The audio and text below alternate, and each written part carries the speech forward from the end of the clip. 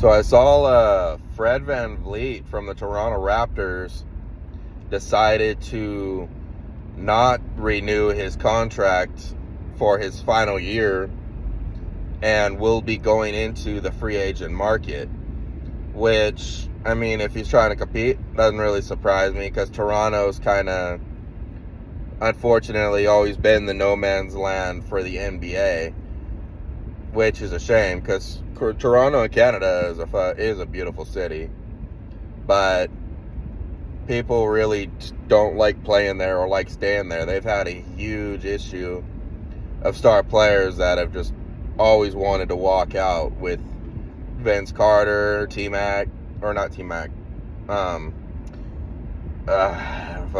forgetting their names right now. I know Vince Carter was one. Actually, I think T-Mac did start there, if I'm not mistaken, because I think it was actually him and Carter together at one point, or it was Orlando with Grant Hill. I forget. It's been a while. But, yeah, Toronto always does have issues just keeping star players. Even recently, as Kawhi Leonard decided to just bounce out going to LA. But that really wasn't bad for him because Kawhi hasn't been healthy almost ever. And they did get a championship from him. So it was a win-win for him in that regard. But with Fred VanVleet now into free agency, some teams that I think will take runs at him would probably be two that everyone will be reporting on is the Boston Celtics, because they could really use like a kind of a more playmaking, a little bit better point guard than Marcus Smart.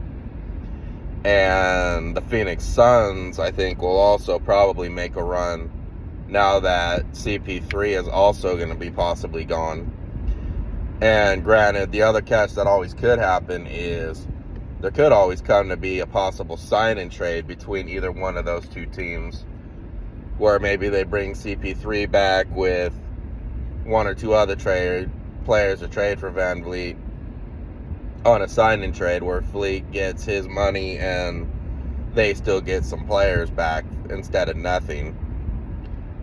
Or Boston maybe trading Marcus Smart and maybe Al Horford or something along the lines to pick him up. But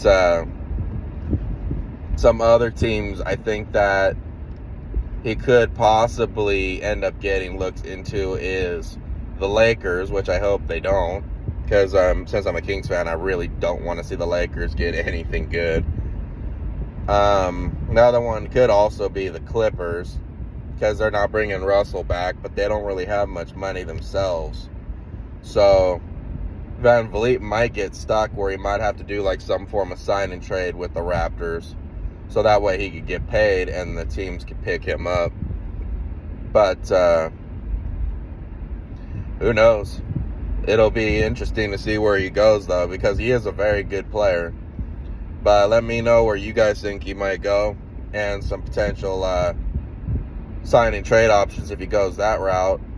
And have a great day. Later.